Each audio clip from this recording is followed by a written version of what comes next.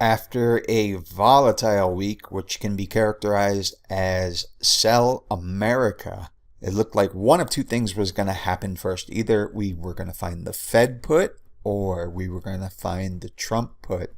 And it looks like we found the Trump put. I'm going to explain to you how, why, what the risk is moving forward, and what we expect going into next week. Hey everybody, this is Brant from Wolf on Wall Street Trade and the technicaltake.net. It has been a really hectic few weeks.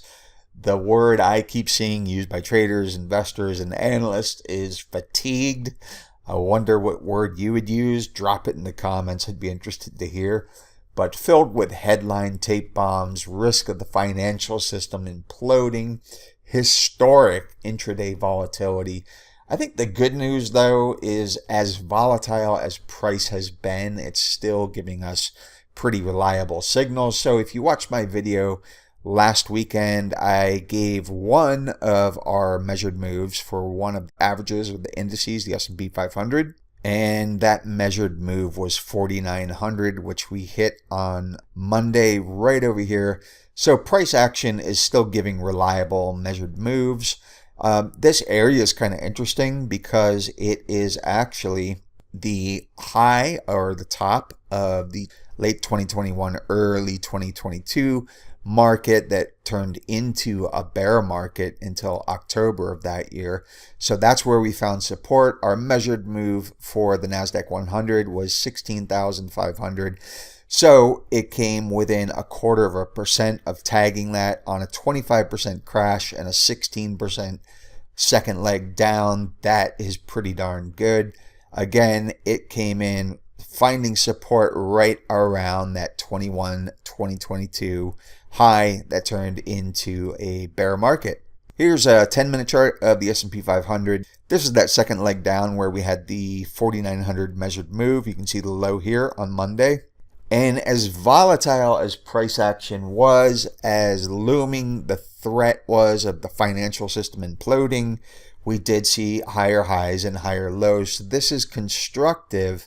Wasn't quite sure where it was going to go until we got some capitulation.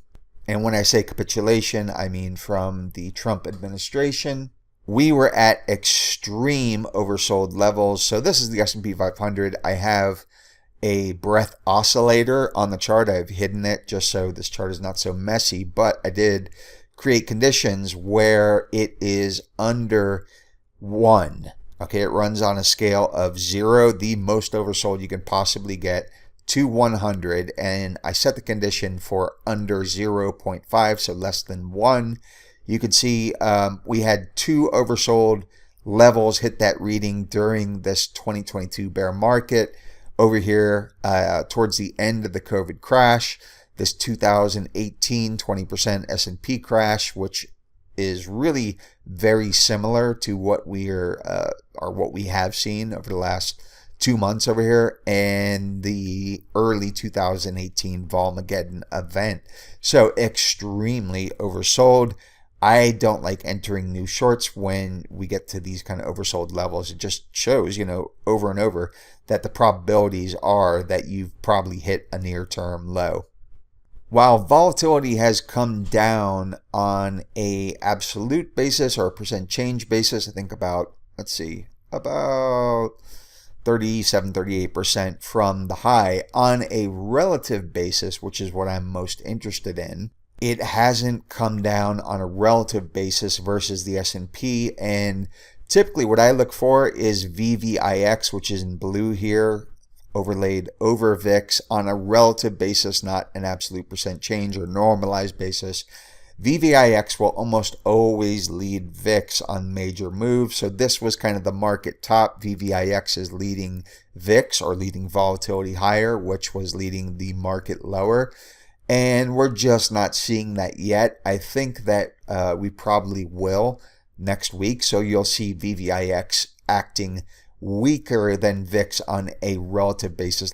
So it could be said that VVIX relative to the S&P leads the S&P at price pivots, at either turns from a high or turns from a low. And while I expect to see it next week, the reason I expect to see it is because it took nearly blowing up the plumbing of the financial system to get there. So the 10-year yield spiked something like 65 basis points in the last week. So there's something called a basis trade. You can look it up. A lot of big hedge funds like Citadel run these, and they're basically an arbitrage trade versus cash market treasuries versus either treasury futures or swaps, and they just capitalize on a very small difference between them, but they do it at like 10 times to 20 times leverage, right? So if you're running 20 times leverage on a trade and it goes 5% against you, you're completely wiped out. So I'm not 100% sure what the spark or the catalyst was to start driving yields higher, the sell-off in treasuries, because treasury prices and yields move opposite of each other. I suspected it was China and Japan selling U.S. treasuries, in China's case as kind of like a warning to the Trump administration before Trump hiked tariffs to 145%, like, hey, we can do this. We can wreak havoc on your financial system. But I can't say for sure. All I know is that it almost blew up spectacularly in treasuries, which are considered, one of the safest assets on earth. So Monday, to start the week, I told subscribers in my daily wrap post what stood out the most to me. This was from that daily wrap post. And there was a lot going on. Measured moves hit, huge declines, huge intraday price swings. But the thing that stood out the most to me was yields and how much craziness was happening there. You could pause this and read the rest of what I had to say about it, but amid a lot of craziness, this stood out like a sore thumb, as I said. It started to become clear that the basis trade was blowing up. So on Wednesday, I wrote this. I sent out an intraday update. I said, hey, we have a Treasury auction at 1 p.m. So and I usually don't care at all about Treasury auctions, but in this case, it was really important. So what I told subscribers to watch out for was directs, the direct buyers, and whether or not they participated in a meaningful way around 20% of the takedown of the auction, or if we saw like a big fall to like 7% and yield soar. So this was the next post right after, and dealing with the Treasury auction. So it was a good auction from the standpoint of a 3 basis point stop through. Other central banks apparently looked like they were buying U.S. Treasury debt. But when we looked at the directs, the direct bidders, remember I said from 20 to like 7% would be really alarming. It dropped from 20% to 1.4%, third lowest on record, showing that hedge funds, banks were not out there buying treasuries as they were in the middle of this basis trade blowing up. Again, you can pause the video and read the rest of what I had to say here, but this was a really, really troubling phenomena that was happening, and so troubling, it is what actually caused the Trump pivot, I guess you could say capitulation of sorts, 18 minutes after this Treasury auction was over at 1 p.m. This is what Trump posted on Truth Social. It started off with him raising tariffs on China effective immediately, but then pausing tariffs and dropping them down to 10% for 90 days on everyone else who hasn't retaliated. So this was a major walk down. We got a huge rally that day. But the takeaway here is look at the time, 1:18 p.m., 18 minutes after that Treasury auction went through, where I just showed you the results where direct bidders just dropped off a cliff, telling us, yes, there is big trouble in the plumbing of the financial system. These hedge funds are getting margin calls from the banks if they can't meet the margin calls, and they were selling everything, even gold. If they can't meet the margin calls and the banks take the losses, it's like credit event everywhere that spider webs out into the broader economy, into corporations, small businesses, eventually citizens, employees, stuff like that. It just was a really, really bad situation. Another signal that Trump sent, I believe it was that same day, was that he took Peter Navarro off lead for the tariff negotiations and put Treasury Secretary Scott Bessent on. Scott Bessent. Now, Scott is a former hedge fund manager. He has a deep understanding of market liquidity, far surpassing Navarro's. He understood what was going on. I'm sure he was getting calls from the likes of Tim Cook and Jamie Dimon from JP Morgan saying, hey, you don't understand what we're seeing on our desks right now. I don't think Navarro would have any idea what that meant. I think the Treasury Secretary absolutely did, and I think that's why we saw this pivot just 18 minutes later from the Trump administration. And that was the day that we got this huge short covering rally here, 9.52% in the S&P 500 in a single day. I can't remember what the internals were, but they were something I had never seen before, like advance or something like 22-1 over decliners. I mean, 3-1 is like a strong day. We were talking like 22-1. It was insane. So in essence, the market kind of just pushed and pushed, and it took risking blowing up the financial system to find that Trump put, at the level of risk that he would kind of back down a little bit. So that helped to calm markets. Late Friday night, the Trump administration announced carve-outs for Silicon Valley from the 145% China tariffs down to 20% for stuff like computers, cell phones, semiconductors, chips. So Apple will be a major beneficiary when the market opens next week. If there's no other tape bombs over this weekend, I think you'll see a huge relief rally Sunday night in futures coming into the cash session on Monday.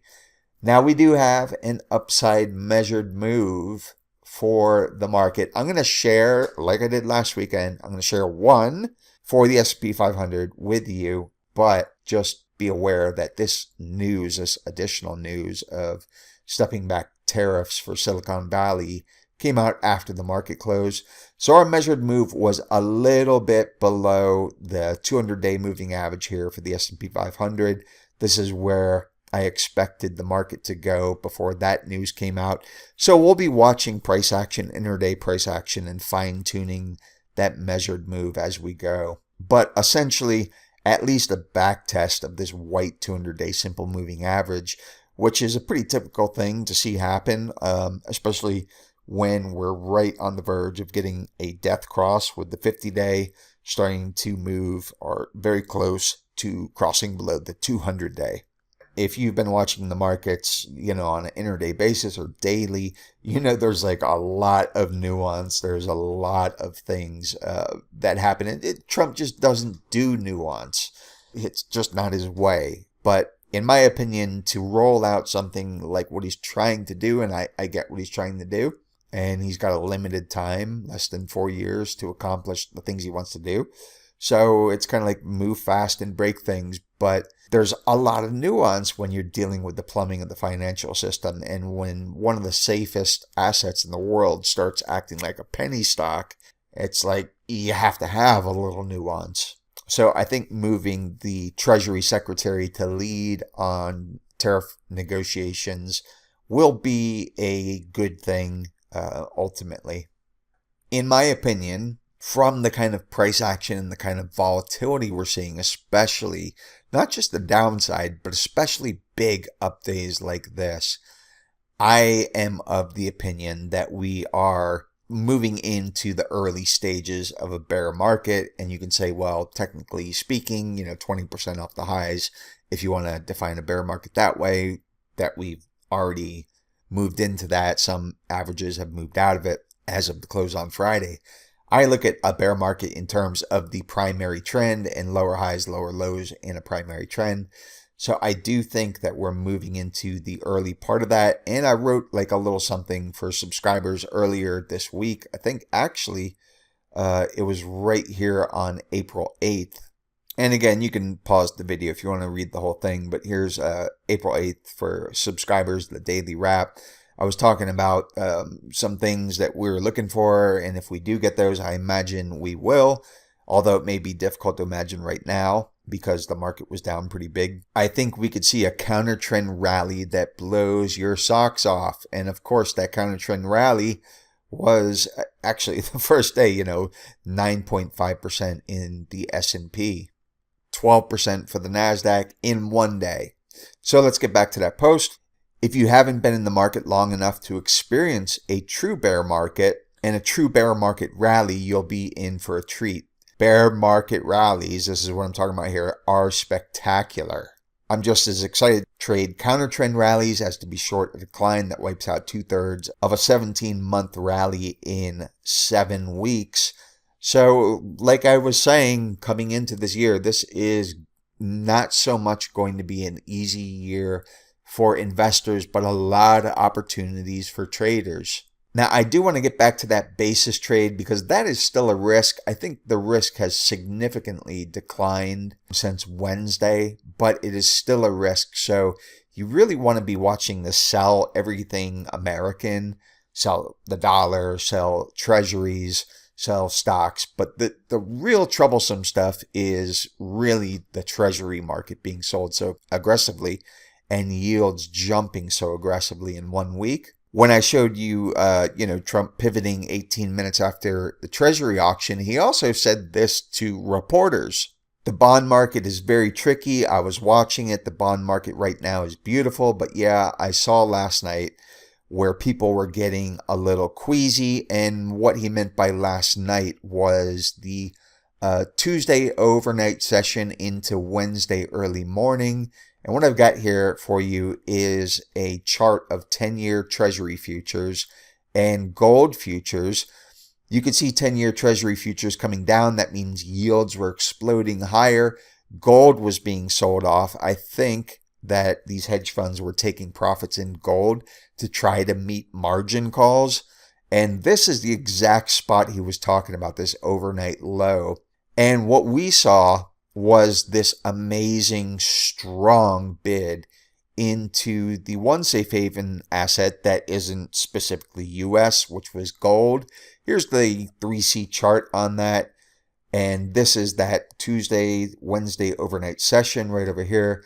And 3C just explodes higher, even though we have kind of a flat price trend. That's accumulation, and you can see really good confirmation since then. So this became the safe haven in lieu of treasuries, which were acting like penny stocks. So you can either watch treasury futures if they continue to head sharply lower, or just watch yields if they continue to head sharply higher. That would be an indication of that stress as those basis traders are trying to unwind those trades and get out of that really risky situation. I do have a feeling with what Trump said on Wednesday and Friday night that things will calm down. And with that, volatility should come down and we should see more investors start to move in. So we get at least that back test of the 200-day, but I think it could be even more. This is something for subscribers, just follow my intraday updates or my daily wrap, and I will interpret the price action and adjust that measured move as we go. Because intraday, you'll get stuff like little bull flags or whatever where we can fine tune that measured move. Okay, well, I hope that helped you. If you liked the video, please give it a thumbs up. If you want to share it with somebody you think could benefit from the information, I try to give as much information as I can because I want to see people do well. The market's just rigged against the average everyday mom and pop investor. But certain things, I have to save for subscribers. If you want to subscribe, check out the links to Wolf on Wall Street that are in the video description. Don't forget to turn on notifications. I usually post recently about once a week when big things happen, kind of update our broader view of things, but you'll get notifications of when those videos come out. And you can also subscribe to free updates on both Wolf on Wall Street Trade and thetechnicaltake.net, which are both going to be linked in the video description. Thank you for watching. I hope you have a fantastic weekend. Let me know what your one word is to describe the market this week, how it made you feel. I hope it wasn't so bad. Have a great weekend, everybody.